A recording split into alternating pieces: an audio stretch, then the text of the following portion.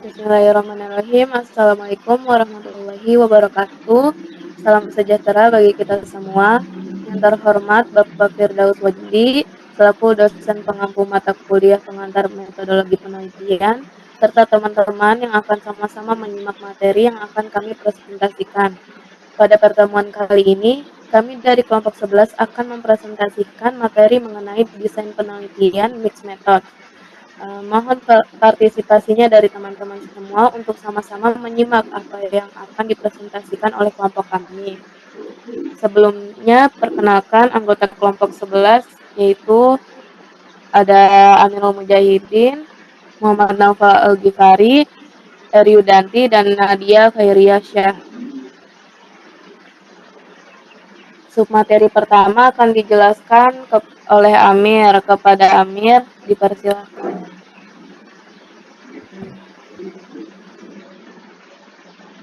Baik, terima kasih moderator. Saya akan menjelaskan poin pertama dari materi ini. Yang pertama itu adalah komponen, dan pengertiannya adalah dari pengertian komponen ini, penelitian mixed methods adalah pendekatan metodologis yang menggabungkan pendekatan kuantitatif berbasis angka dan statistik dan pendekatan kualitatif berbasis makna dan narasi dalam satu studi. Tujuannya adalah untuk mendapatkan gambaran yang lebih menyeluruh terhadap fenomena yang diteliti dan tidak bisa dicapai hanya dengan satu pendekatan saja. Next slide, teman, tolong.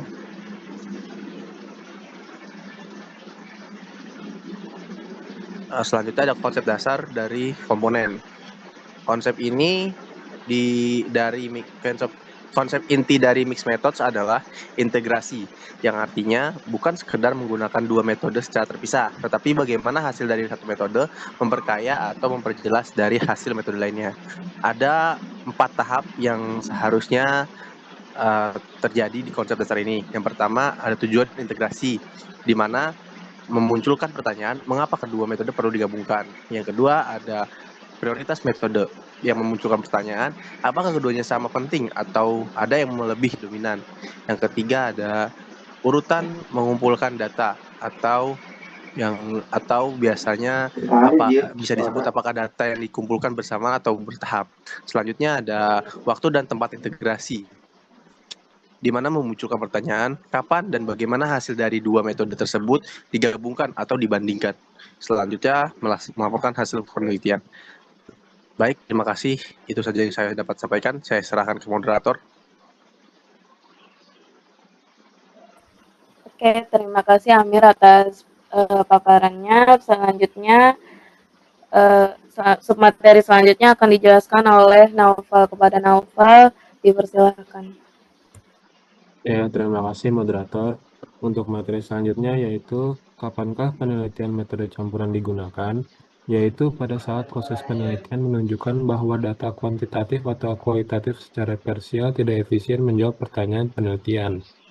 Pada hakikatnya, penggunaan penelitian metode campuran adalah ketika proses penelitian bisa memanfaatkan kekuatan dari setiap jenis data untuk menetralisir kelemahan jenis data yang berlawanan, untuk mempertegas temuan penelitian, meningkatkan kredibilitas temuan, dan pengembangan temuan ke sintesis. Untuk materi selanjutnya itu ada tujuan penelitian.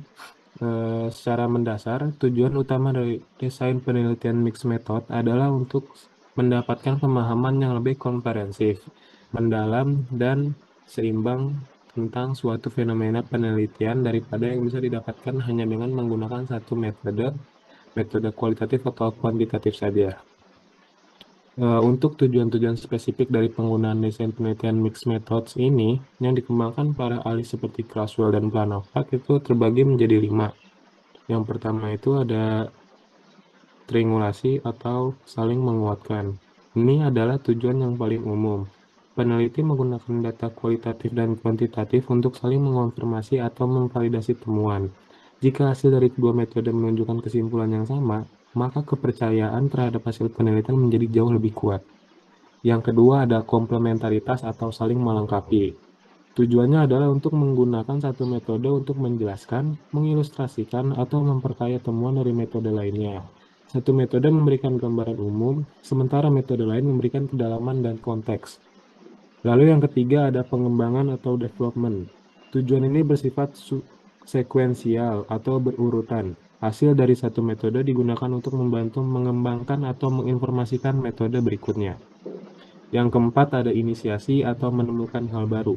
Tujuan ini adalah untuk menemukan paradoks, kontradiksi, atau perspektif baru ketika hasil kuantitatif dan kualitatif tidak sejalan.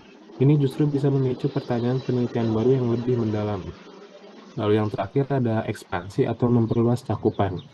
Tujuan ini adalah untuk memperluas cakupan dan jangkauan penelitian dengan menggunakan metode yang berbeda untuk bagian-bagian yang berbeda dari sebuah proyek penelitian. Kita lanjut ke materi selanjutnya, itu tentang kekuatan dan kelemahan dari mixed method ini. Yang pertama itu ada kekuatan.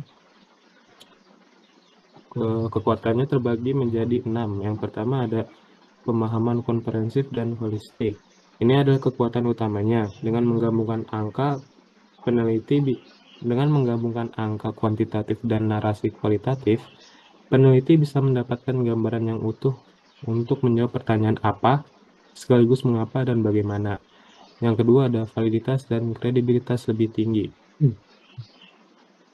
Melalui proses trimulasi, temuan dari satu metode dapat dikonfirmasi oleh metode lainnya. Jika data kuantitatif dan kualitatif menunjuk pada kesimpulan yang sama, maka hasil penelitian menjadi lebih kuat dan meyakinkan. Yang ketiga, saling menutupi kelemahan setiap metode. Masing-masing metode memiliki kelemahan. Penelitian kuantitatif seringkali kurang dalam konteks, sementara penelitian kualitatif sulit digeneralisasi. Mixed method memungkinkan kekuatan satu metode untuk menutupi kelemahan metode lainnya. Lalu ada fleksibel dan adaptif terhadap temuan. Desain ini memungkinkan fleksibilitas. Peneliti dapat menyesuaikan metode kedua berdasarkan temuan tak terduga dari metode pertama, sehingga penelitian bisa lebih responsif terhadap realitas di lapangan. Lalu ada mampu menjawab pertanyaan penelitian yang kompleks. Banyak masalah di dunia nyata yang bersifat multifaset. Mixed methods adalah alat yang sangat ampuh untuk meneliti masalah kompleks yang tidak bisa dijawab oleh satu pendekatan saja. Lalu yang terakhir ada potensi penemuan yang tak terduga. Ketika hasil kuantitatif dan kualitatif bertentangan, ini bukan berarti kegagalan. Justru ini bisa membuka pintu ke wawasan baru yang tidak akan ditemukan jika hanya menggunakan satu metode saja. Selanjutnya ada kelemahan dari mixed method. Yang pertama itu membutuhkan waktu dan biaya yang lebih. Cara logis merancang dan melaksanakan dua jenis penelitian membuat lebih banyak waktu, tenaga, dan sumber daya finansial. Yang kedua, desain dan pelaksanaan yang kompleks. Merancang penelitian mixed method tidak sederhana. Menambahkan wawancara survei, peneliti harus membuat keputusan penting tentang waktu, bobot, integrasi, dan lain-lain. Lalu ada memperluas keahlian ganda. Peneliti atau tim peneliti harus kompeten dalam metode kuantitatif, misalnya analisis statistik, desain survei, dan metode kualitatif, misalnya teknik wawancara dan analisis tematik. Menemukan satu orang atau tim dengan keahlian ganda ini bisa menjadi tantangan. Lalu ada sulit mengintegrasikan data yang berbeda.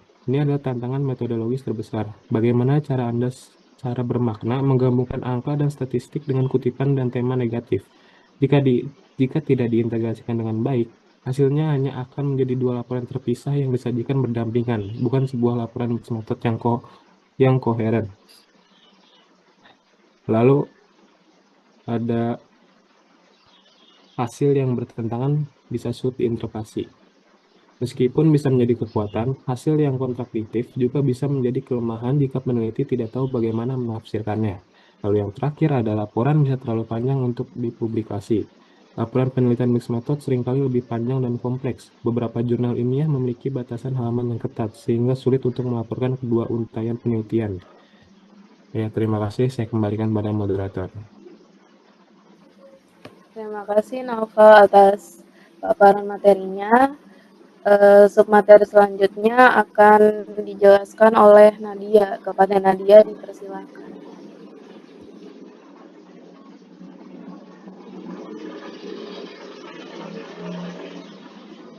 Baik, terima kasih kepada moderator. Selanjutnya saya akan menjelaskan mengenai model penelitian mixed methods.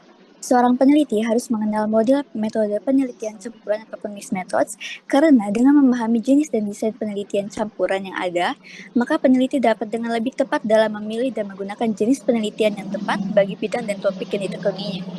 Pengkategorian dalam metode penelitian campuran tergantung pada disiplin ilmu yang peneliti tekuni. Nah, yang pertama ini ada convergent parallel design, yaitu merupakan rancangan yang mengumpulkan data kuantitatif dan kualitatif secara bersamaan ataupun paralel, tapi dianalisis secara terpisah. Kemudian dihubungkan atau dibandingkan kedua hasil analisis untuk menarik sebuah kesimpulan. Rancangan ini dipakai ketika seorang peneliti membutuhkan perbandingan antara temuan statistika pada metode kuantitatif dengan temuan kualitatif, dengan tujuan untuk memahami masalah penelitian dengan lebih baik sekaligus untuk validasi ketemuan kualitatif dengan hasil kuantitatif ataupun sebaliknya. Nah, dalam desain konvergen, integrasi data kuantitatif dan kualitatif membantu seorang peneliti memperoleh pemahaman yang lebih lengkap dari dua data jenis yang ada. Kemudian juga membuktikan hasil dari metode yang berbeda dan membandingkan beberapa tingkatan dalam suatu sistem.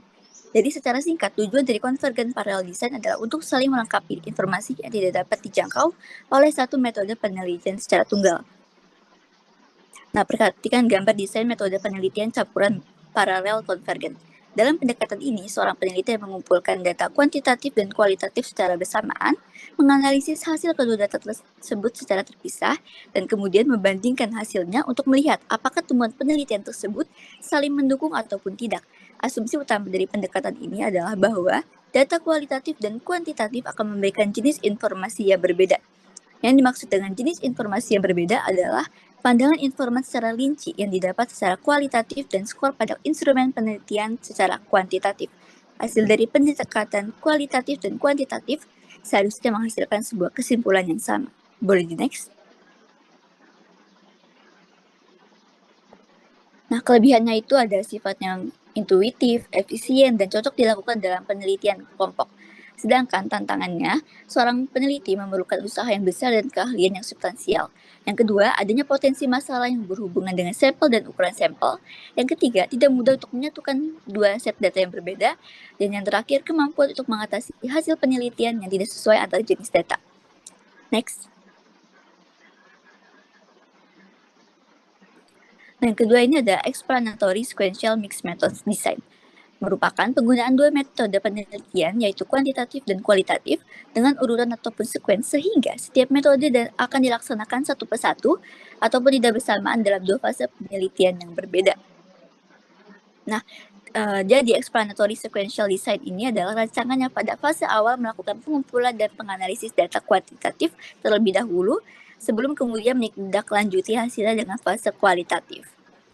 Desain penelitian ini bertujuan agar data kualitatif membantu menjelaskan secara lebih jelas dan lebih detail mengenai hasil data kuantitatif yang telah didapat dari tahap pertama penelitian. Prosedur umum yang dilakukan bisa dilihat di gambar, yaitu dengan mengumpulkan data dari survei yang telah dilakukan, menganalisis datanya, kemudian memilih responden mana yang sesuai dijadikan informan untuk dilakukan pengumpulan data kualitatif melalui hasil wawancara. Hasil wawancara inilah yang digunakan untuk memberi penjelasan yang lebih bermakna mengenai tanggapan survei. Jadi tujuan dari desain metode ini adalah menggunakan data kualitatif untuk membantu menjelaskan kuantitatif, memiliki hasil yang perlu eksplorasi lebih lanjut, dan juga memilih informan terbaik dari hasil data kuantitatif. Next. Nah, kelebihannya itu menarik bagi para peneliti kuantitatif, terus juga langsung dapat menerapkan dua tahap penelitian. Laporan akhir penelitian dapat ditulis dalam dua tahap, dan juga cocok untuk pendekatan baru yang muncul. Tantangan yang pertama, dua tahap penelitian membutuhkan waktu yang lama untuk diterapkan. Yang kedua, sulit untuk mendapatkan persetujuan reviewer penelitian ketika tahap kedua tidak bisa ditentukan karena sebelum fase pertama selesai. Yang ketiga, perlu memutuskan hasil dari pendekatan mana yang akan ditindaklanjuti. Yang keempat, harus menentukan kriteria yang tepat untuk memilih informan. Nah, yang terakhir, perlu menghubungi responden dan informan untuk penelitian tahap 2. Nah, sekian penjelasan dari saya. Selanjutnya saya kembalikan kepada moderator. Terima kasih Nadia atas paparan materinya. Next slide, oke. Model penelitian mixed methods exploratory. Pada model mixed methods exploratory ini, kita memulai penelitian dengan pendekatan kualitatif terlebih dahulu. Tujuannya untuk mengeksplorasi dan memahami permasalahan secara lebih mendalam. Setelah itu, hasil eksplorasi tersebut akan diuji kembali menggunakan metode kuantitatif. Kelebihannya yaitu yang pertama, model ini membantu kita memahami permasalahan dari akar-akarnya. Yang kedua, kita bisa merancang instrumen kuantitatif yang lebih akurat karena sudah memahami konteksnya. Yang ketiga, peneliti jadi lebih fleksibel dan terbuka terhadap hal-hal baru. Dan yang terakhir, hasil datanya juga lebih lengkap dan menyeluruh. Next slide. Untuk tantangan dari exploratory ini yaitu yang pertama memakan waktu lebih banyak, membutuhkan keahlian ganda, perlu perencanaan yang matang, dan yang terakhir pengolahan data yang lebih kompleks. Next.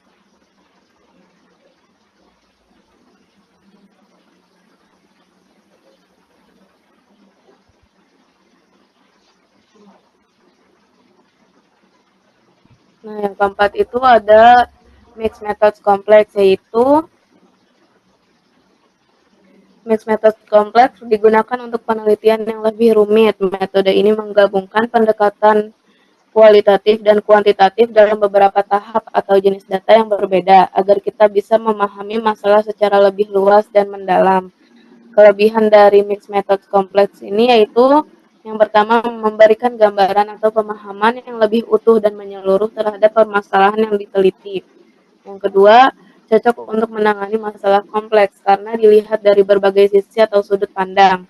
Dan yang terakhir, hasil penelitiannya lebih kuat karena data saling melengkapi. Next.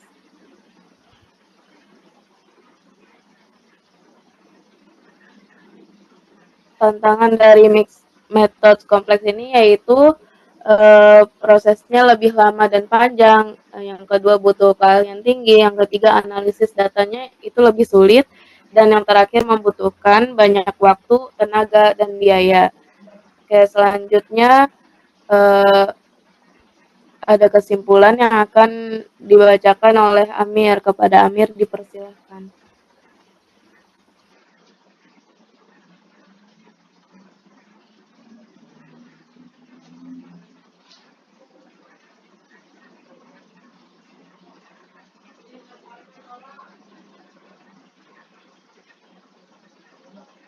Baik, terima kasih moderator. Hari ini saya akan membacakan kesimpulan pada hari ini. Kesimpulannya adalah penelitian dengan metode campuran mixed methods menggabungkan pendekatan kualitatif dan kuantitatif dalam satu studi untuk mendapatkan pemahaman yang lebih komprehensif tentang suatu fenomena. Pendekatan ini memungkinkan peneliti untuk memanfaatkan kekuatan masing-masing metode sehingga dapat menjawab pertanyaan peneliti yang lebih kompleks dan mendalam. Sekian yang dapat saya sampaikan, itu saja. Saya kembalikan ke moderator. Oke, sekian penyampaian materi dari kami. Semoga dapat dipahami dengan jelas. Terima kasih atas perhatian teman-teman semua. Terima kasih kepada teman-teman presentator serta Pak Firdaus. Semoga materi yang disampaikan bisa menambah wawasan kita semua. Mohon maaf jika ada kekurangan, entah itu salah kata atau kurangnya penguasaan materi dari kami. Kurang lebihnya mohon maaf. Wassalamualaikum warahmatullahi wabarakatuh.